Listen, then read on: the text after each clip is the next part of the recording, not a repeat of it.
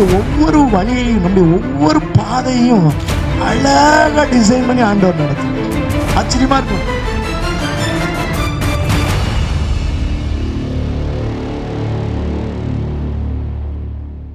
நம் ஜெபத்தோடு காத்திருப்போமானால் நிச்சயம் கர்த்தர் நம்மோடு கூட பேசுவார். அல்லேலூயா. நேற்று இரவு வந்தவர்களுக்கு தெரியும், நான் சொன்னேன், இந்த இடத்துல வந்து நிற்கிறோம்னா எங்களுக்கு பின்னாடி என்ன இருக்கு? கண்ணீர் இருக்கு. எங்களுக்கு பின்னாடி என்ன இருக்கு? காத்திருப்பு இருக்கு. எங்களுக்கு பின்னாடி என்ன இருக்கு? விளைக்கரையும் இருக்கு. ஆகையினால இந்த வசனம் இந்த இடத்துல ஃபுல்பிட்ல வரும்போது அது ஏதோ இங்கே வந்து பேசுகிறது அல்ல. அதற்கு பின்னே காத்திருப்பும், அதற்கு பின்னே கண்ணீரும், அதற்கு பின்னே பல போராட்டங்களும் உண்டு. அல்லேலூயா. ஆகையினால அப்படி கடந்து வருகிற வசனத்தை நம்ம ஒரு நாள் என்ன பண்ணிடக்கூடாது? அலட்சியப்படுத்திடக்கூடாது. அல்லேலூயா. கவனத்தை வேற எங்கேயோ வச்சுட்டு நம்ம இங்க இருந்துடக்கூடாது. ஆகையினால அந்த கவனத்தோடு அந்த வார்த்தைகளை கேட்கும் பட்சத்திலே நம்முடைய வாழ்க்கையில மிகுந்த ஆசீர்வாதம் உண்டு. அல்லேலூயா. அதனாலதான் நீதிமொழிகள்ல அந்த வார்த்தையை நம்ம வாசித்தோம், என் போதகரின் சொல்லை நான் கேளாமல். ஏன் அப்படின்னா அதுக்கு பின்னாடி ஒரு பெரிய விளக்கணம் இருக்கு. தேவ சமூகத்திலே காத்திருந்து பெற்றுக்கொண்டு வருகிற வார்த்தையை நான் கவனிக்காமல் போனால் கர்த்தர் அதை கணக்கு கேட்பார். அல்லேலூயா. அவருடைய வார்த்தை நம்முடைய உள்ளங்களை தட்டி எழுப்பட்டும், நம்முடைய ஆவிக்குரிய வாழ்க்கையில சற்றே ஒரு பெரிய மாற்றத்தை கொண்டு வரும்படியாக இந்த காலை வேளையில ஒவ்வொருவரோடும் கர்த்தர் இடைபடுவாராக. கொஞ்சம் உற்சாகமா அல்லேலூயா சொல்லலாமா? ஆமென். நல்ல சத்தமா சொல்லலாமா? ஆமென். தொடர்ந்து நாம் எல்லாரும் வேத புத்தகத்தை எடுத்துக்கொள்ளலாம், எடுத்து வாசிக்கலாம். ரூத்தின் சரித்திர புத்தகம் 2வது அதிகாரத்தினுடைய 10வது வசனத்தை வாசிக்கலாமா? ரூத்தின் சரித்திர புத்தகம் 2வது அதிகாரம் 10வது வசனத்தை வாசிக்கலாம். அப்பொழுது அவள் தரையிலே முகங்குப்புற விழுந்து வணங்கி, நான் அந்நிய தேசத்தாளாய் இருக்க நீர் என்னை விசாரிக்கும்படி எனக்கு எதினால் உம்முடைய கண்களில் தயை கிடைத்தது என்றார். அல்லேலூயா. ஒரு நிமிஷம் கண்களை மூடி, ஆண்டவரே இந்த வார்த்தையின் மூலம் நீர் எங்களோடு கூட பேசும்படி நாங்கள் செபிக்கிறோம். தகப்பனே, இந்த வார்த்தையின் மூலம் நீர் எங்களுக்கு என்ன கற்றுக் கொடுக்க விரும்புகிறீரோ, நீர் எங்களுடைய இருதயத்தில் என்ன பேச விரும்புகிறீரோ, எங்களை எப்படி உருவாக்க விரும்புகிறீரோ அதற்கு முற்றிலும் சபையாக நாங்கள் ஒப்பு கொடுக்கிறோம். கர்த்தர் எங்களோடு பேசுவீராக. உம்முடைய வல்லமையுள்ள வார்த்தைகள் எங்கள் ஒவ்வொருவரையும் உருவாக்கட்டும். சோர்ந்து போய் இருக்கிற இருதயங்களை தட்டி எழுப்பட்டும் ஆண்டவரே. தகப்பனே, தளர்ந்து போய் கிடக்கிற ஒவ்வொருடைய ஆவிக்குரிய வாழ்க்கையும் இந்த வசனத்தின் மூலம் தட்டி எழுப்பப்படுவதாக. தேவன் இந்த பகல் வேளையில எங்களோடு கூட அசைவாடும்படி நாங்கள் செபிக்கிறோம். கர்த்தருடைய அசைவாடுதலுக்கு எங்களை முற்றிலும் நாங்கள் விட்டு கொடுக்கிறோம் ஆண்டவரே. கர்த்தரே ஆளுகை செய்வீராக. இயேசுவின் மூலம் வேண்டிக் கொள்கிறோம் பிதாவே. ஆமென். ஹல்லேலூயா. நல்ல சத்தமா சொல்லுங்களேன். ஹல்லேலூயா. கொஞ்சம் மீதமுள்ள கொஞ்ச நேரமும் உங்களுடைய கவனம் சிதறாமல் இருப்பதாக கர்த்தர் நம்மோடு கூட இடைபடுவாராக. அல்லேலூயா. வாசித்த அந்த வசனத்திற்கு நேராக நம்முடைய இருதயங்களை திருப்புவோமானால் ரூத்தின் சரித்திர புத்தகம் நம் எல்லாரும் அறிந்த ஒன்று. அல்லேலூயா. எத்தனை பேர் ரூத்தின் புத்தகம் வாசித்திருக்கிறோம் என்றால் எல்லாருமே கரங்களை தூக்குவோம். ஏனென்றால் ரூத்தின் புத்தகம் அவ்வளவு ஒரு அருமையான ஒரு வேத பகுதி. நன்றாய் புரிந்து கொள்ள வேண்டும். வேதத்திலே காணப்படுகிற அந்த சரித்திர புத்தகத்திலே ரூத்தின் புத்தகம் ஒரு விசேஷமான புத்தகம். அல்லேலூயா. விசேஷமான புத்தகம். அந்த விசேஷமான புத்தகத்திலே கர்த்தர் அநேக காரியங்களை நம்மோடு கூட பேசுவாராக. அநேக காரியங்களை கர்த்தர் நமக்கு வெளிப்படுத்துவாராக. வசனத்தை வாசித்தோம் அல்லவா? போவாசை பார்த்து ரூத் சொல்லுகிற அந்த சம்பவத்தை, அந்த காரியத்தை தான் வேதத்திலே வாசித்தோம். அதிலே வேதத்திலே வாசித்த அந்த பகுதியை திரும்ப நாம் வாசிக்கும் பொழுது வாசிக்கலாம். அப்பொழுது அவள் தரையிலே முகங்குப்புற விழுந்து வணங்கி, நான் அந்நிய தேசத்தாளாய் இருக்க நீர் என்னை விசாரிக்கும்படி எனக்கு எதினாலே உம்முடைய கண்களிலே தயை கிடைத்தது. அல்லேலூயா. இந்த வார்த்தை அவள் சொல்லும் பொழுது அவளுடைய வாழ்க்கையில இழக்கக்கூடாத எல்லாவற்றையும் இழந்திருக்கிறாள். இந்த வார்த்தை அவள் சொல்லும் பொழுது அவள் எங்கே இருக்கிறார் என்றால் சொந்த தேசத்திலே அல்ல, அந்நிய தேசத்திலே இருக்கிறாள். இந்த வார்த்தையை அவள் சொல்லும் பொழுது அவள் மிகுந்த வறுமையிலும் மிகுந்த கோரப்படியான பிரச்சனைகளிலும் பாடுகளிலும் இருக்கிறாள். இருக்கிறாள். இந்த வார்த்தை அவள் சொல்லும் பொழுது அவளுடைய இருதயம் நொறுங்கி போன ஒரு அனுபவத்திலே இருக்கிறாள். இந்த வார்த்தையை அவள் சொல்லும் பொழுது இழப்புகளினாலே தாங்கக்கூடாத வழிகளோடு அவளுடைய வாழ்க்கை கடந்து போகும்படியான ஒரு வாழ்க்கையில இருந்து கொண்டுதான் சொல்லுகிறாள், நான் அந்நிய தேசத்தாளா இருக்க என் மேல இப்படிப்பட்ட கிருபையை வெளிப்பட பண்ணினது என்ன?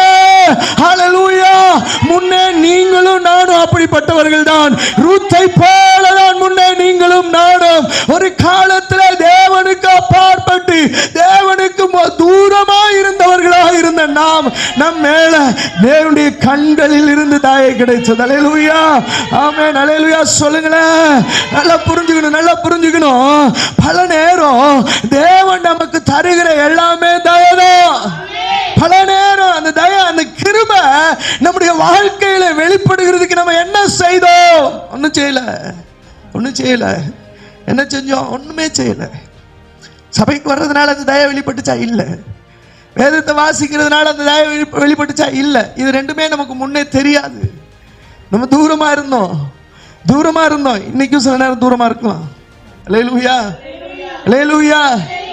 ஆனா அந்த விசாரிப்பை அவள் கேட்ட பொழுது அவள் நற்குணசாலி, நல்ல சாட்சி பெற்றவள். ரூத்து நல்ல சாட்சி பெற்ற ஒரு மகள். ஏன்னா அவளுடைய வைராக்கியம், அவளுடைய அந்த அந்த அந்த அந்த வைராக்கியம் அவளை எங்க கொண்டு வந்து நிறுத்துச்சு அப்படின்னா, அது ஒரு பெரிய ஆசீர்வாதம். எங்க கொண்டு போய் நிறுத்துச்சுன்னா, சரித்திரத்துல கொண்டு போய் நிறுத்திடுச்சு. அல்லேலூயா.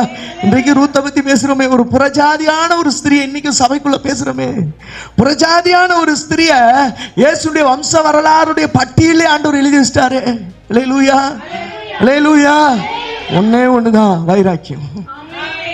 எதனால இந்த தயை? கொஞ்சம் யோசிச்சு பாருங்க. என் வாழ்க்கையில எதனால இந்த தயன்னு கொஞ்சம் யோசிச்சு பாருங்களேன். அல்லேலூயா. நல்லா புரிஞ்சுக்கணும். எதனால இந்த தயை அப்படின்னா ஒன்னே ஒண்ணுதான், அவர் நம்ம மேல் வைத்த இரக்கம். அல்லேலூயா.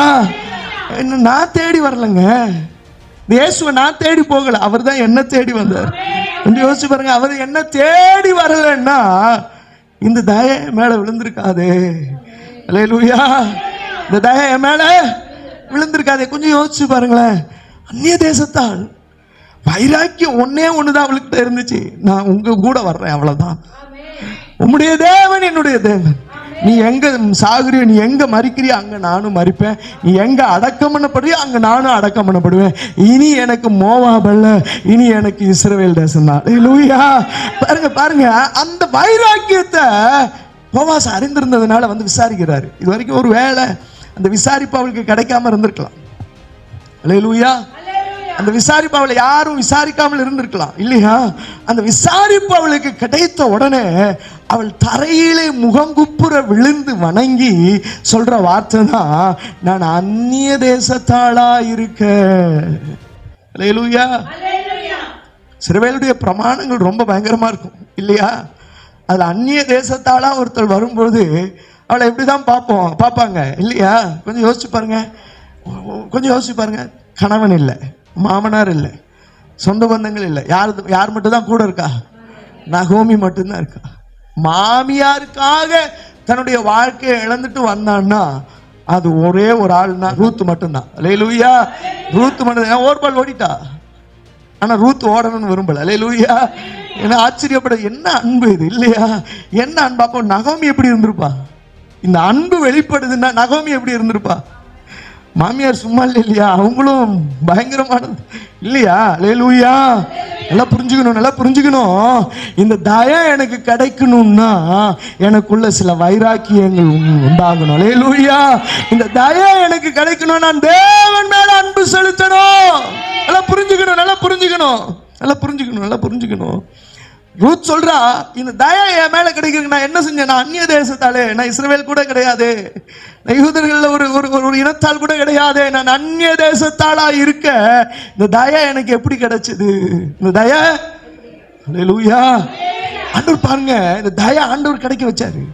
ஏன்னா நீங்க வேதத்தை வாசிக்கும் பொழுது அதே 2வது அதிகாரத்தினுடைய 11-12 வாசிக்கும் பொழுது வாசிக்கலாம். 2வது அதிகாரத்தினுடைய 11-12 தொடர்ந்து வாசிக்கலாமா? அதற்கு போவாஸ் பிரதியுத்தரமாக, இந்த தயை எதுக்கு கிடைச்சிச்சுன்னா, இந்த இரக்கம் உனக்கு எப்படி வெளிப்பட்டுச்சுன்னா, உன் புருஷன் மரணம் அடைந்த பின்பு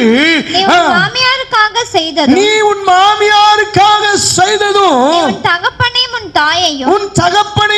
தாயையும் உன் ஜன்ம தேசத்தையும் விட்டு நீ அறியாத ஜனத்தினிடத்திற்கு வந்ததும் எனக்கு விவரமாய் தெரிவிக்கப்பட்டது. ஹல்லேலூயா. இதத்தாங்க ஆபிரகாம் ஆண்டவர் சொன்னார். ஹல்லேலூயா. புரிஞ்சுக்கணும். எப்ப நான் சாக்ரிஃபைஸ் பண்ண ஆரம்பிக்கிறேனோ அப்போ பரலோகம் என்ன பார்க்கும். எப்ப நான் ஆண்டவருக்காய் செய்ய துணிகிறேனோ, ஆண்டவருக்காய் எதையாகிலும் செய்ய துணிகிறேனோ, ஆண்டவருக்காய் என் வாழ்க்கையை மாற்ற விரும்புகிறேனோ, அப்பொழுது பரலோகம் பார்க்கும். பரலோகம் தன்னுடைய தயையை என் மேல ஊற்றும். ஹல்லேலூயா. போவாசையே அசைச்சிருக்கு. ஹல்லேலூயா. போவாசையே அந்த சாட்சி என்ன பண்ணிருக்கு? ஆமாமா, நீ உன் மாமியா உன் புருஷன் மரித்த பின்பு, நல்லா புரிஞ்சுக்கணும், பிரமாணம் அப்பயே வந்துருச்சு இல்லையா? புருஷன் மரிச்சிட்டானா அந்த ஸ்திரீ எப்படி ஆயிட்டாளா? விடுதலை ஆயிட்டாள் என்று வேதம் சொல்லுகிறது. ஹல்லேலூயா. புருஷனை பற்றிய அந்த பிரமாணத்தினின்று புருஷன் மரிக்கும் பொழுது, புருஷனை பற்றிய அந்த பிரமாணத்தினின்று அந்த ஸ்திரீ என்ன பண்றா? அந்த மகள் என்ன பண்றா? விடுதலை ஆகிறார். அதற்கு பின்பு அவள் வேறொரு கல்யாணம் செய்து கொள்ளலாம். நல்லா புரிஞ்சுக்கணும். அப்படிப்பட்ட அந்த பிரமாணத்திலிருந்து விடுதலை ஆனாலும் அந்த விடுதலை அவள் புறந்தள்ளி ஆண்டவரை பின்பற்றி ஆண்டவருக்காக நீ வாழ்வேன், ஆண்டவர் தான் உம்முடைய தேவன், என்னுடைய தேவன் என்ற அந்த வைராக்கியத்தை எப்ப வச்சாலோ, கர்த்தருடைய சபைக்கு எத்தனை தலைமுறைகள் ஆனாலும் உட்படாகாது என்கிற ஒரு சந்ததியில் இருந்து ஆண்டவர் மேல வைராக்கியத்தை காண்பித்ததின் விளைவு ஆண்டவர் கொண்டு வந்து தூக்கி வச்சார் பாருங்க. ஹல்லேலூயா. ஹல்லேலூயா. நீங்களும் நானும் அப்படிதான். இஸ்ரவேலுக்கு கிடைத்த அந்த முக்கியத்துவத்தை காட்டிலும் வேற எங்கேயுமே அந்த முக்கியத்துவம் வேற யாருக்கும் கொடுக்கப்படல. ஆனா அந்த முக்கியத்துவத்தை அவர்கள் எப்போ அலட்சியம் செய்தார்களோ அப்ப அந்த முக்கியத்துவம் உங்களுக்கு எனக்கு கிடைச்சிச்சு. ஹல்லேலூயா. இந்த முக்கியத்துவம் உங்களுக்கு எனக்கு சீக்கிரம் கிடைச்சதில்லை, சாதாரணமா கிடைச்சதில்லை. அவர்களுடைய அலட்சியம் அந்த ஆசீர்வாதம் எனக்கு வந்துச்சு. ஹல்லேலூயா. பல நேரம் தேவ சமூகத்துல நம்ம அலட்சியமா நின்னுட்டோம், அலட்சியப்படுத்திட்டோம்னா என்னுடைய ஆசீர்வாதம் வேற யாருக்கோ போகும். யூதன் அதை அலட்சியப்படுத்தினா அந்த ஆசீர்வாதம் நமக்கு வந்துச்சு. நான் அந்த ஆசீர்வாதத்தை அலட்சியப்படுத்தினா என் ஆசீர்வாதம், அலட்சியப்படுத்திட்டேன்னா ஆசீர்வாதம் எனக்கு அடுத்தவனுக்கு போயிடும். ஹல்லேலூயா. புரிஞ்சுக்கணும். எத்தனை தலைமுறை ஆனாலும் கர்த்தருடைய சபைக்கு என்ன பண்ணக்கூடாது? யாருடைய சந்ததி? யாருடைய சந்ததி? லோத்துனுடைய சந்ததி. ஹல்லேலூயா. லோத்து பூமிக்கு கொடுத்துட்டு போன 2 சாபமுள்ள சந்ததி. ஒன்னு மோவாப், இன்னொன்னு அம்மோன் புத்திரர்கள். ஹல்லேலூயா. 2 பேருமே இஸ்ரேலுக்கு எப்பவுமே எப்படிதான் இருந்தாங்க? முள்ளாதான் இருந்தாங்க. அது 2வது விஷயம். ஆனா ஒன்னு புரிஞ்சுக்கணும், அவளுடைய வைராக்கியம் அவளை எங்க கொண்டு வந்து நிறுத்திருச்சு அப்படின்னா தேவனுடைய வம்ச வரலாறு பட்டியலே கொண்டு வந்து நிறுத்திருச்சு. ஹல்லேலூயா. ஹல்லேலூயா. இந்த தயை அவன் மேல எப்படி விழுகுதுன்றத இன்னைக்கு தியானிக்க போறோம். ரூத்துக்கு இந்த தயை கிடைச்சிச்சு இல்லையா? உங்களுக்கும் எனக்கும் இந்த தயை கிடைச்சிச்சு இல்லையா? அந்த தயை நம்ம மேல எப்படி விழுகு? தேவனுடைய திட்டத்தை கொஞ்சம் அப்படியே திருப்பி பார்த்தோம் அப்படின்னா, கொஞ்சம் அண்டர்ஸ்டாண்ட் பண்ணி பார்த்தோம், நம்முடைய ஒவ்வொரு வழிகளையும் ஒவ்வொரு நடைகளையும் கொஞ்சம் அப்படியே அண்டர்ஸ்டாண்ட் பண்ணி பார்த்தோம் அப்படின்னா இந்த தயை நம்ம மேல எப்படி வந்ததுன்னு தெரியும். ஹல்லேலூயா. எடுத்து வாசிக்கலாம். அதே ரூத்தின் புத்தகம் 2வது அதிகாரத்தினுடைய 2 வசனத்தையும் 3 வசனத்தையும் வாசிக்கலாமா? வாசிக்கலாம். மோவாபிய ஸ்திரீயான ரூத் பாருங்க, நல்லா புரிஞ்சுக்கணும். அவளை குறித்து சொல்லும் போதெல்லாம், ரூத்தின் புத்தகத்தில் அவளை குறித்து சொல்லும் போதெல்லாம் ஒன்னு மோவாபிய பெண் பிள்ளை அல்லது மோவாபிய ஸ்திரீ. ஹல்லேலூயா. ஹல்லேலூயா. நம்மளை அடையாளப்படுத்தும் போது அப்படித்தானே அடையாளப்படுத்துவாங்க. நம்ம தேவனுக்குரியவர்கள். ஹல்லேலூயா. ஆமென். அவர் தமக்கு சொந்தமானதை மீட்கும்படி திரும்ப வருவார். என்னை விட்டுட்டு போயிருக்காரு டெம்பரவரியா. இந்த டெம்பரவரி வாழ்க்கையில யாரெல்லாம் உண்மையா வாழ்றோமோ அவர்களை திரும்ப ஒரு நாள் கர்த்தர் அழைத்து செல்வார். ஹல்லேலூயா. சரி, இப்போ ஆண்டவர் அங்க வேதத்துல வாசிக்கும் பொழுது அங்கே வாசித்த அந்த வேத பகுதியில் அவளை குறித்து எப்படி சொல்லப்படுகிறது என்றால் மோவாபிய ஸ்திரீ.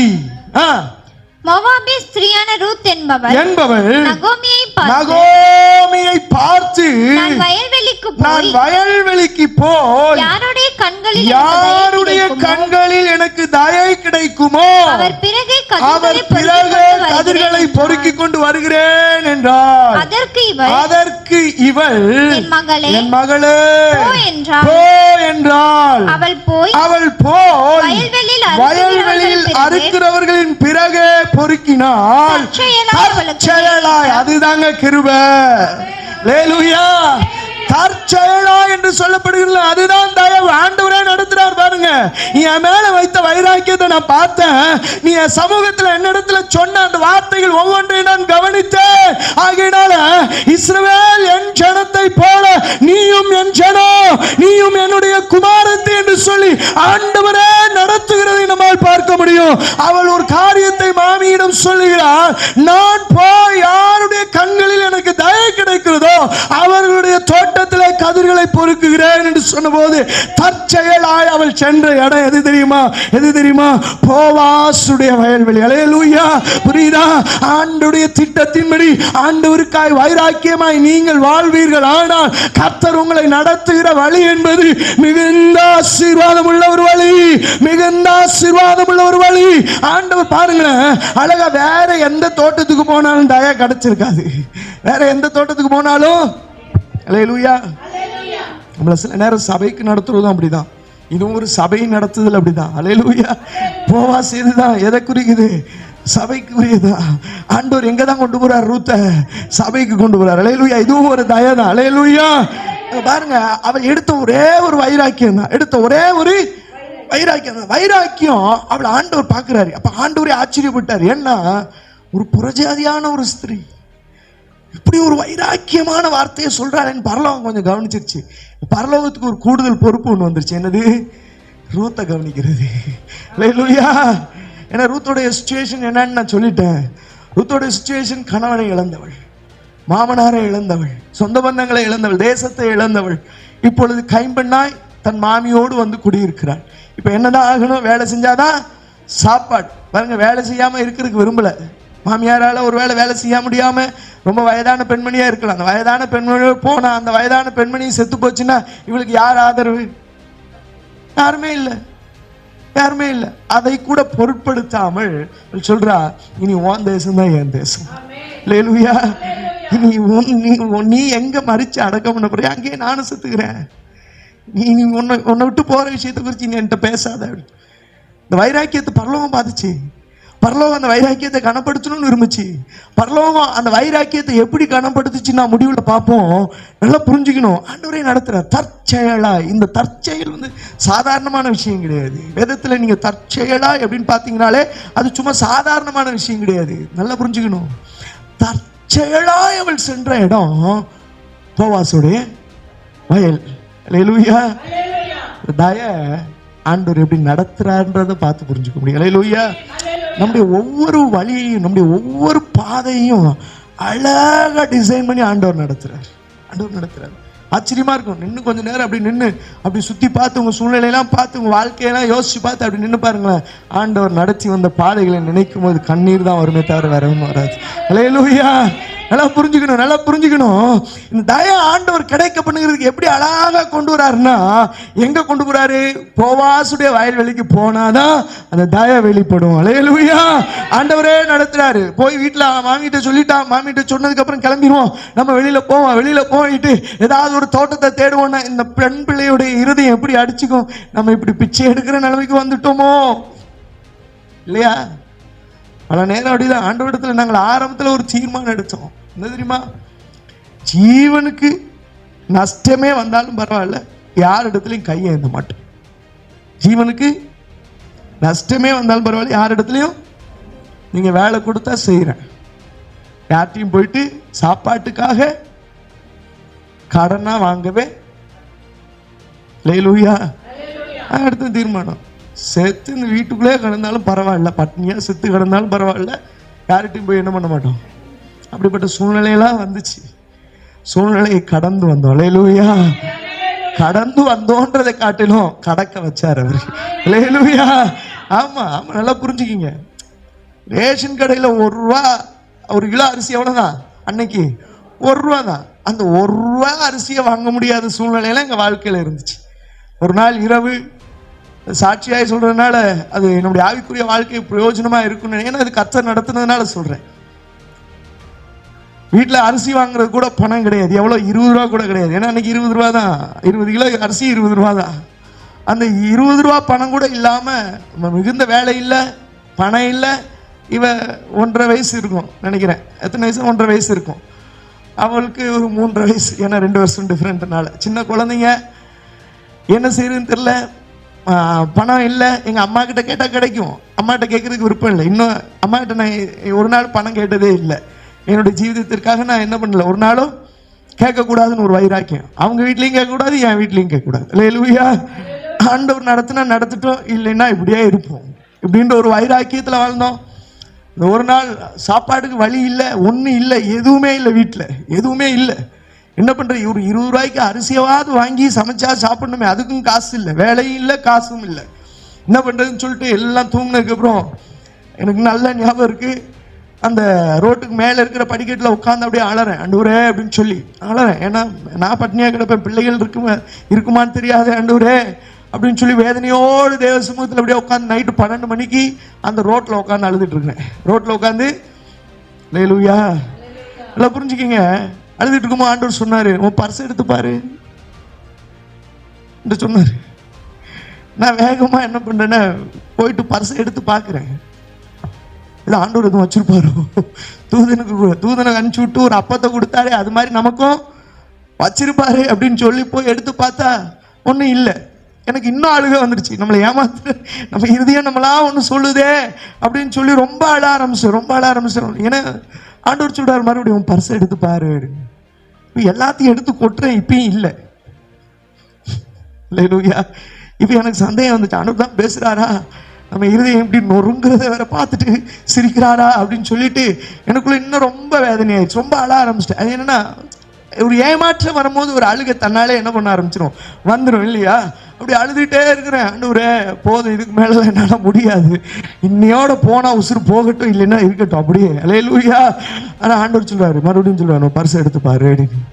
இப்போ எனக்கு கோபம் வந்துருச்சு, அழுகையோட ஒரு கோபம் வரும் இல்லையா? கோபத்தோட பர்ஸில் இருக்கிறது வேகமாக எல்லாத்தையும் எடுத்து போடுறேன். டப்புன்னு அதுலேருந்து ஒரு 20 ரூபா வெளியில் வந்துச்சு. அல்லேலூயா, அல்லேலூயா.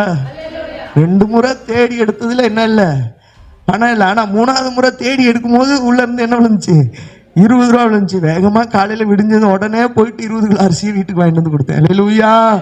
ஏன் சொல்கிறேன் அப்படின்னா, ஆண்டவரால் எப்படி வேணாலும் நடத்த முடியும். அல்லேலூயா.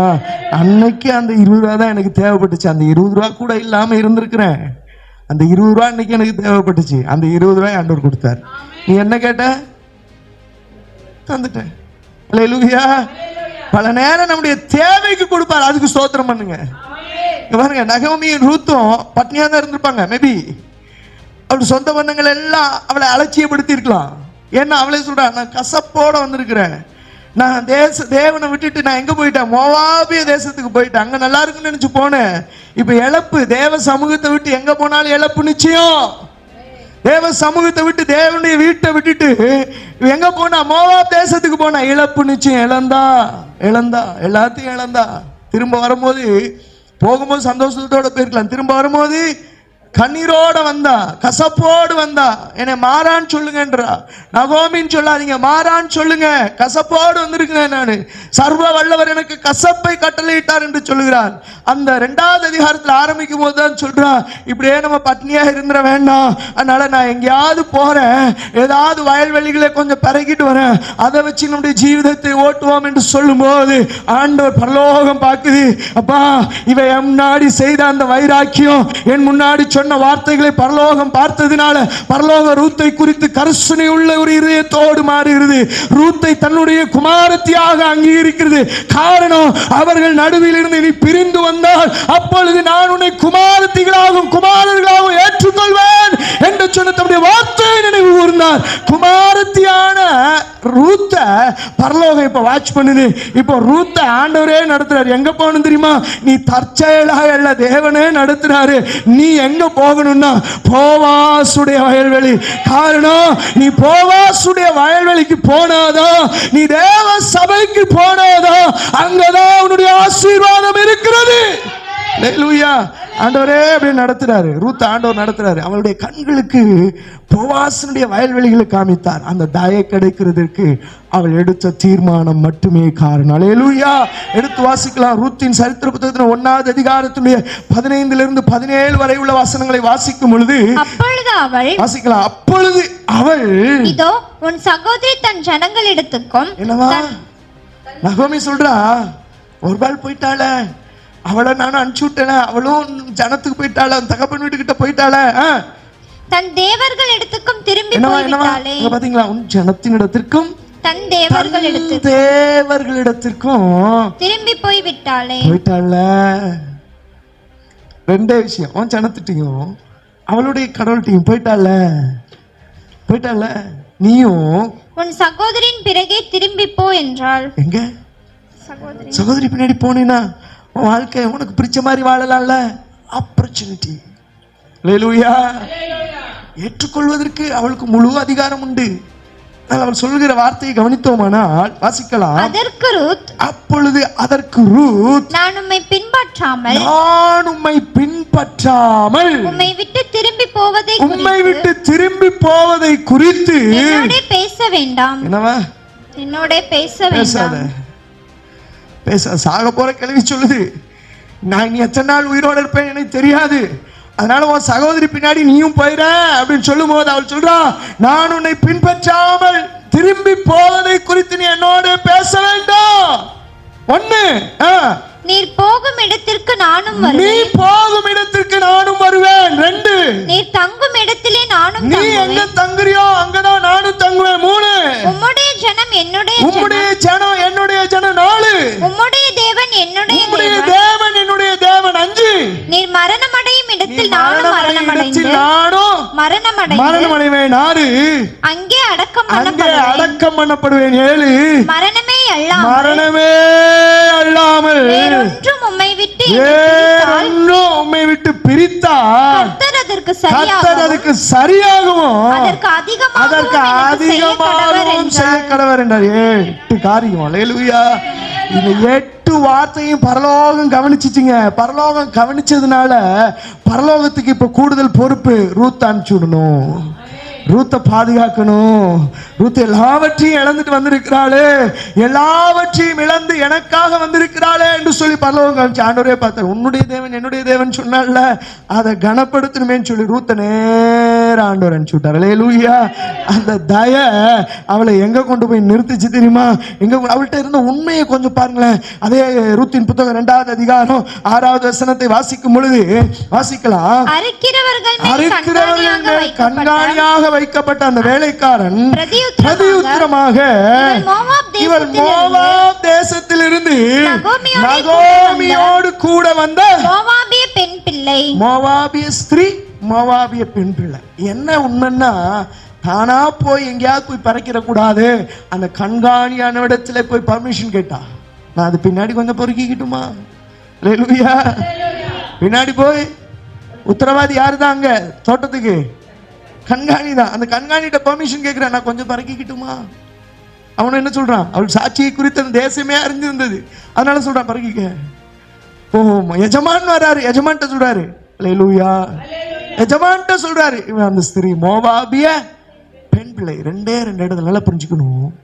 மோவாபிய ஸ்திரீ, மோவாபிய பெண் பிள்ளை இப்ப எப்படி மாறிட்டான்னா, மத்தேயு 1வது அதிகாரம் 5வது வசனத்துல வாசிக்கும் பொழுது வாசிக்கலாம். மத்தேயு 1வது அதிகாரம் 5வது வசனத்துல வாசிக்கலாம். சல்மான் போவாசை ராகாபினிடத்தில் பெற்றான். சல்மான் போவாசை ராகாபினிடத்தில் பெற்றான். போவாஸ் ஓபேதை ரூத்தினிடத்தில் பெற்றான். போவாஸ் ஓபேதை ரூத்தினிடத்தில் பெற்றான். அல்லேலூயா. அங்க மோவாப் என்கிற பேரே வரல. மோவாப் என்கிற அந்த ஸ்திரீ மோவாபிய ஸ்திரீ இடத்துல பெற்றான் என்று வரவே இல்லை. புரிந்து கொள்ளணும். எப்ப கர்த்தரிடத்தில் வைராக்கியம் காட்டுகிறீர்களோ, எப்பொழுது கர்த்தரிடத்திலிருந்து உண்மையாய் நீங்கள் வைராக்கியத்தை காட்டி செல்லுகிறீர்களோ அப்பொழுது பரலோகம் உங்கள் அடையாளத்தையே மாற்றும். பரலோகம் உங்களுடைய அடையாளத்தையே மாற்றும். நீ தூர தேசத்தால் அல்ல, நீ புறஜாதியால் அல்ல, நீ தேவனுடைய வீட்டார், தேவனுடைய நகரத்தார் என்று உங்களை குறித்து பரலோகம் அடையாளப்படுத்தும். ஹல்லேலூயா. என்னுடைய அடையாளம் உலகம் அல்ல, என்னுடைய அடையாளம் தேவனிடத்தில் இருந்து வருகிறது. நன்றாய் புரிந்து கொள்ள வேண்டும். இதற்கு முன்பே அவள் மோவாபிய ஸ்திரீ, இதற்கு முன்பே அவள் மோவாபிய பெண் பிள்ளை. இப்பொழுதோ அவள் தேவனுடைய சரித்திரத்திலே வந்து விட்டாள். அவள் இயேசு கிறிஸ்துவினுடைய சரித்திரத்திலே வந்து விட்டாள். இதை விட வேற அடையாளம் எதுங்க வேணும்? அல்லேலூயா. ஆமா, நான் உலகத்துல பெரிய ஆளு, உலகத்துல நான் அப்படிப்பட்ட ஜாதியம், உலகத்துல நான் இப்படிப்பட்ட ஆளு அப்படின்ற பெருமை அல்ல. நீயும் நானும் பரிசுத்தவான் என்கிற அடையாளத்தோடு, நீயும் நானும் கர்த்தருடைய பிள்ளை என்கிற அடையாளத்தோடு, அந்த அடையாளத்தோடு வாழ்கிறோம் பார்த்தீங்களா? அதுதான் பெருமை. அல்லேலூயா. இன்னைக்கு உலகம் ஜாதியை மேன்மைப்படுத்தும், ஜாதி அல்ல அதை மேன்மைப்படுத்துகிற கூட்டமா நீங்களும். இன்னைக்கெல்லாம் எனக்கு ரொம்ப வருத்தமான விஷயம் என்னன்னா, கிறிஸ்தவத்துக்குள்ளேயும் ஜாதியை திணிச்சுட்டாங்க, கொண்டு வந்துட்டாங்க. அல்லேலூயா. ஆமா, என்ன எவ்வளோ வேதனையான விஷயம் தெரியுமா? எவ்வளோ வேதனையான விஷயம் தெரியுமா? ஜாதி பார்க்குற கிறிஸ்தவங்கள் எல்லாம் போச்சு. ஒரு காலம் வரும், ஆண்டவர் பார்த்துட்டு போ அப்படின்றாரு. பிசாசு தான் ஆண்டவர் ஜாதி பார்த்து வச்சிருக்காரு. இந்த ஜாதி பிசாசு. அல்லேலூயா. நல்லா புரிஞ்சுக்கணும், நல்லா புரிஞ்சு. இன்னைக்கு கிறிஸ்தவன் ஜாதி பார்க்குறான்னா போச்சு, அவ்வளோதான். இன்னைக்கு நிறைய கூட்டம் அப்படிதான் பார்த்துட்டு இருக்கு. அதை இல்லை ஜாதி பார்க்குற கூட்டம்லாம் ஜாதியோடு அழிஞ்சு போகும். பரிசுத்தவான்கள் என்கிற அந்த பேரோடு, பரிசுத்தவான்கள் என்கிற அந்த முத்திரையோடு நீங்களும் நானும் இருப்போம்னா நிச்சயமா ஒரு நாள் வரும், கர்த்தனுடைய தலைகளை உயர்த்தி கனப்படுத்துவார். உலகத்தின் அடையாளம் ஒரு நாளும் நம்மை தேவனிடத்திலே உயர்த்தாது. உலகத்தின் அடையாளம் ஒரு நாளும் தேவனுக்கு பிரியமாய் நம்மை வைக்காது. கர்த்தருடைய அடையாளமே நம்மை உயர்த்தும். கர்த்தருடைய அடையாளமே நம்மை உயர்த்தும். அல்லேலூயா. மோவாபிய ஸ்திரீன்ற பேரு டோட்டல் ஆண்டவர் மாத்திட்டாரு. என்ன ஆயிடுச்சுன்னா, ரூத்தினிடத்தில் பெற்றாள். அல்லேலூயா. எனக்கு ரொம்ப பிடிச்ச பேர் ரூத். அல்லேலூயா. நானும் நம்ம வீட்டுக்கு வர்ற சண்டே கிளாஸ் பிள்ளைகளுக்கு ஏதாவது ஒரு பிள்ளைக்கு ரூத்துனே பேர் வைப்பேன். அல்லேலூயா. ஏன் அப்படின்னா, இந்த அம்மாவை போல வாழணும்னு எனக்கு ஆசை. அந்த வைராக்கியம் நமக்குள்ளே இருந்திருக்காது. அந்த வைராக்கியம் என்ன ஒரு வைராக்கியம்! எங்க கொண்டு போய் நிறுத்திருச்சு பாருங்க. அந்த வைராக்கியம் எங்க கொண்டு போய், அங்க வசனம் 1வது வசனம், மத்தேயு 1வது அதிகாரத்துடைய 1வது வசனத்தை வாசிக்கும் பொழுது வாசிக்கலாம், ஆபிரகாமின் குமாரனும் தாவீதின் குமாரனுமாகிய இயேசு கிறிஸ்துவின் வம்ச வரலாறு. எப்பா, இந்த வைராக்கியம் பிரதேசத்தாலா இருக்கிற அந்த மகளுடைய வைராக்கியம் கர்த்தருடைய சபைக்கு எத்தனை தலைமுறைகள் ஆனாலும் ஏற்றுக்கொள்ளப்பட முடியாத அந்த சந்ததியில் உள்ள அந்த பெண்ணினுடைய வைராக்கியம் எங்க கொண்டு போய் வச்சிருச்சு தெரியுமா? கர்த்தருடைய சபைக்குள்ளேயே கொண்டு போய் வச்சிருச்சு. ஆண்டுடைய அந்த லாவையே மாற்ற முடிஞ்சதுன்னா, இப்ப இதை விட ஒரு பேர் என்னால முடியல.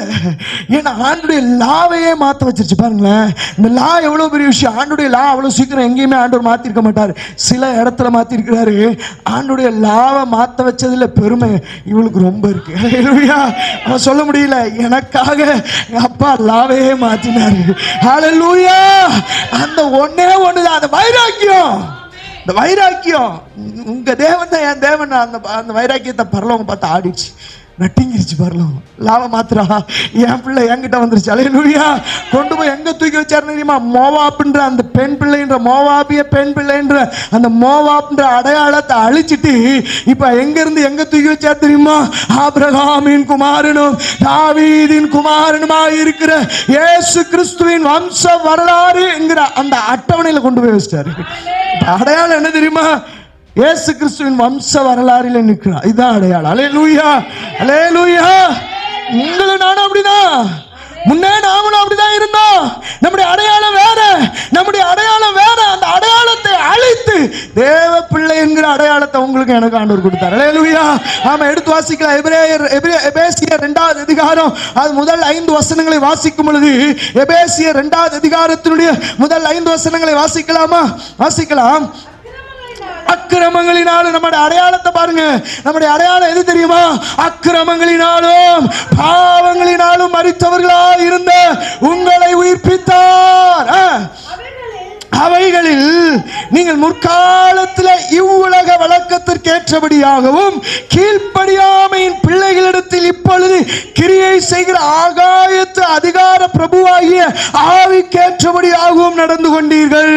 அவர்களுக்குள்ளே நாம் எல்லாரும் முற்காலத்திலே நமது மாம்ச இச்சையின்படியே நடந்து நமது மாம்சமும் மனதும் விரும்பினவைகளை செய்து சுவாபத்தினாலே மற்றவர்களைப் போல கோபாக்கினின் பிள்ளைகளாய் இருந்த. இதான் என் அடையாளம். முன்னே நான் கோபாக்கினி பிள்ளை. அல்லேலூயா. முன்னே நான் யாரு? ஆனா இப்ப என்ன தெரியுமா? தேவனோ இரக்கத்தில் ஐஸ்வர்யம் உள்ளவராய் நம்மில் அன்பு கூர்ந்து தம்முடைய மிகுந்த அன்பினாலே அக்கிரமங்களினாலும் பாவங்களினால் மரித்தவர்களாய் இருந்த நம்மை கிறிஸ்துவுடனே கூட உயிர்ப்பித்தார். கிருபையினாலே ரட்சிக்கப்பட்டீர்கள். ஹல்லேலூயா. இதுதாங்க என் தயை, என் மேல விழுந்த தயை. கிருபையினாலே ரட்சிக்கப்பட்ட, அக்கிரமங்களினாலும் பாவங்களினாலும் சுற்றி திரிந்த, அடையாளத்தோடு சுற்றி திரிந்த என்ன ஆண்டவர் மிகுந்த இரக்கத்தினாலே மீட்டெடுத்து கிருபையினாலே முடிசூட்டி, இரக்கத்தினாலே முடிசூட்டி தேவனுடைய பிள்ளைகளாகும்படி அதிகாரத்தை ஆண்டவர் எனக்கு கொடுத்தார். அல்லேலூயா.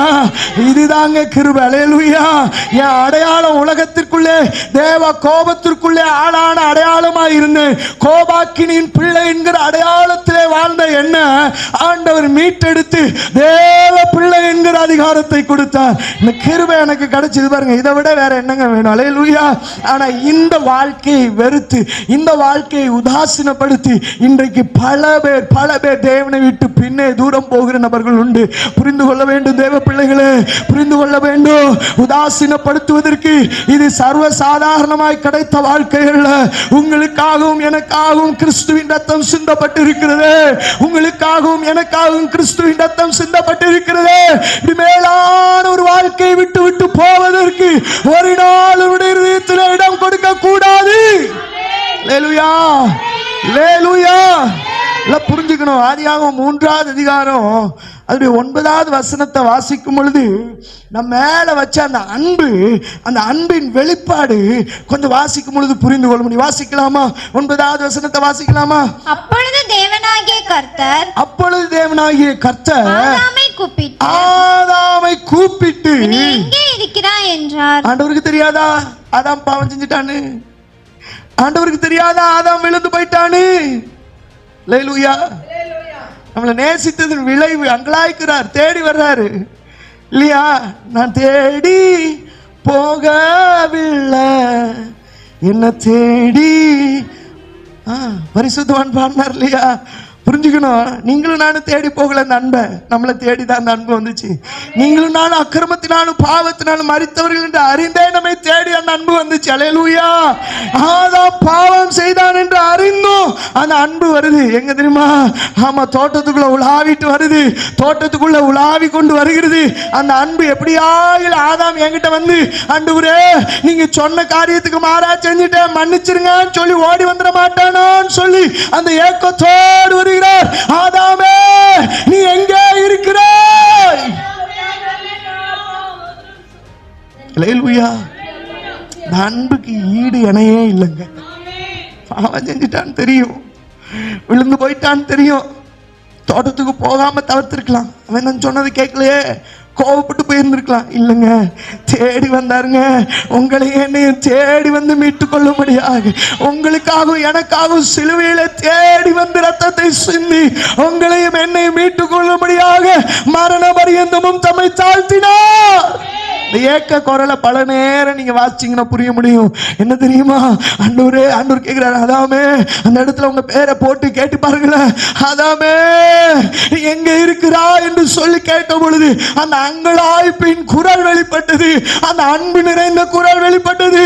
என் பிள்ளை திரும்ப என்கிட்ட வந்து மன்னிப்பு கேட்டு விடாதா, என் பிள்ளை திரும்ப வந்து என்னிடத்துல சேர்ந்து விடாதா என்று அங்கலாய்ப்போடு வந்த தேவனுக்கு ஏமாற்றம் மட்டுமே மிஞ்சினது. புரிந்து கொள்ள வேண்டும், புரிந்து கொள்ள வேண்டும். நீங்களும் நானும் திரும்ப ஏதேனுக்கு திரும்ப வேண்டும் என்பதுதான் தேவனுடைய விருப்பம். இழந்து போன இடத்தை நீங்களும் நானும் பெற்றுக்கொள்ள வேண்டும் என்பதுதான் தேவனுடைய விருப்பம். அல்லேலூயா. அந்த அன்பை புரிஞ்சுக்கிட்டோம்னா இந்த தயை கிடைக்கிறதுக்கு நான் எவ்வளோ பாத்திரவான் இல்லை. அல்லேலூயா. நான் பாத்திரவானே இல்லை, எவ்வளவு வேணும் பாத்திரவான் கிடையாது. ஆனா அந்த தயை அவர் நம்ம மேல் வைத்த அன்பு. அல்லேலூயா. ஆமா, கொலேசியர் 1வது அதிகாரத்தினுடைய 21வது வசனத்தை வாசிக்கும் பொழுது, கொலேசியர் 1வது அதிகாரத்தினுடைய 21வது வசனத்தை வாசிக்கும் பொழுது, முன்னே அந்நியராயும், முன்னே நான் அந்நியன், முன்னே தூரம், முன்னே யாரும் தெரியாத ஆளு. அதனாலதான் ரூத் சொல்றா, நான் அந்நிய தேசத்தாளா இருக்க என் மேல் இவ்வளோ கிருபை இவ்வளோ தயை கிடைச்சதுக்கு நான் என்ன செஞ்சேன்? அல்லேலூயா. வாசிக்கலாம். துர்க்கிரியைகளினால், முன்னே நான் அந்நியனும் துர்க்கிரியைகளினாலும் மனதிலே சத்துருக்களாகவும் வாழ்ந்திருந்தோம்.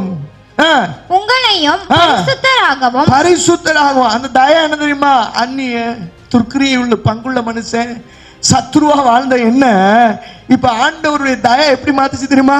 பரிசுத்த குற்றமற்றவர்களாகவும், பரிசுத்தம் உள்ளவர்களாகவும், குற்றமற்றவனாகவும், கண்டிக்கப்படாதவர்களாகவும் தமக்கு முன் நிறுத்தும்படி அவருடைய மாம்ச சரீரத்தில் அடைந்த மரணத்தினாலே இப்பொழுது ஒப்புரவாக்கினார். அல்லேலூயா. தயை என்ன தெரியுமா? தயை என்ன தெரியுமா? நான் அந்நிய, நான் சத்துரு, நான் குற்றமுள்ளவன். இதுல இருந்து ஆண்டவர் என்னை பரிசுத்தனும், என்ன குற்றம் இல்லாதவனும் கண்டிக்கப்படாதவனாய் மாற்றும்படி சிலுவையில தாமே ஒப்பு கொடுத்தார். அல்லேலூயா. இந்த தயை என்ன தெரியுமா? உங்க மேல என் மேலே விழுந்த அந்த தயை அவர் ரத்தம் சிந்தினதுனால கிடைத்த தயை. அல்லேலூயா. அவர் சிலுவையில பட்ட பாடுகள் நிமித்த கிடைத்த தயை. அல்லேலூயா. இந்த தயை ஒரு நாள் நம்ம உதாசீனப்படுத்த கூடாது. இந்த தயை ஒரு நாள் நம்ம என்ன பண்ணிடக்கூடாது? புறந்தள்ளிடக்கூடாது. ஏன்னா உங்களுக்கும் எனக்கும் கிடைச்ச தயை அநேகருக்கு இன்னும் கிடைக்கலையே. உங்களுக்கு எனக்கும் கிடைச்ச இந்த கிருபை இன்னும் அநேகருக்கு கிடைக்கவில்லையே. ஆகையினால கிடைத்த இந்த கிருபையை நஷ்டப்படுத்தி விடக்கூடாது.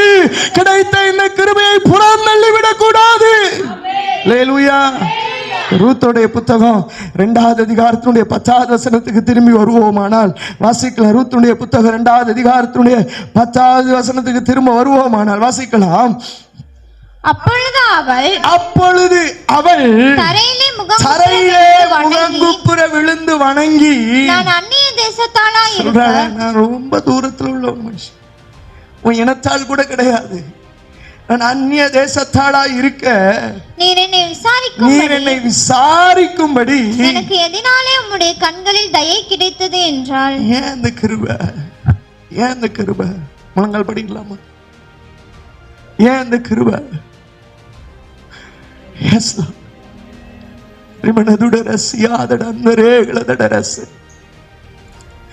ஏன் அந்த கிருபை ஆண்டவரே? தூரமாயிருந்த என்ன, எங்கேயோ வாழ்ந்த என்ன தேடி வந்த இந்த கிருபைக்காக நான் நன்றி செலுத்துகிறேன். என்னை விட அழகானவர்கள் எத்தனையோ பேர் உண்டு, என்னை விட படித்தவர்கள் எத்தனையோ பேர் உண்டு, என்னை விட ஞானவான்கள் எத்தனையோ பேர் உண்டு. அவர்களை எல்லாம் தள்ளிவிட்டு என் மேல ஆண்டவரே இந்த தயை வைக்கிறதுக்கு நான் என்ன ஆண்டவரே செஞ்சுட்டேன்? என்ன ஆண்டவரே செஞ்சுட்டேன்? ஒன்னும் செய்யலையப்பா, ஒன்னும் செய்யலை ஆண்டவரே. இந்த தயைக்கு நான் பாத்திரவானாய் இல்லாத போதும் இந்த தயை மேல வச்சிங்களா ஆண்டவரே? எனக்கு ஏன் ஆண்டவரே இந்த தய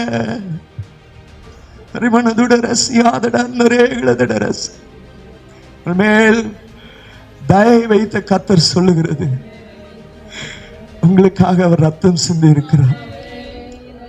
ரத்தம் சிந்தி மீட்டு கொண்ட நீங்க ஆண்டவருக்கு துரோகம் செய்து விடாதீர்கள். ரத்தம் சிந்தி மீட்டு கொண்ட நீங்கள் ஆண்டவரை ஒரு நாளும் உதாசீனப்படுத்தி விடாதீர்கள். உங்க மேல வைத்த தய ஒருவர் ரத்தம் சிந்தி இருக்கிறார். அல்லேலூயா, அல்லேலூயா. உங்க மேல வைத்த தய எல்லாருக்கும் கிடைக்கல. உங்களுக்கு கிடைச்சிருக்குன்னா நீங்கள் பாக்கியவான்கள், நீங்கள் பாக்கியவான்கள். ஒப்பு கொடுக்கலாமா? ஒப்பு கொடுக்கலாமா?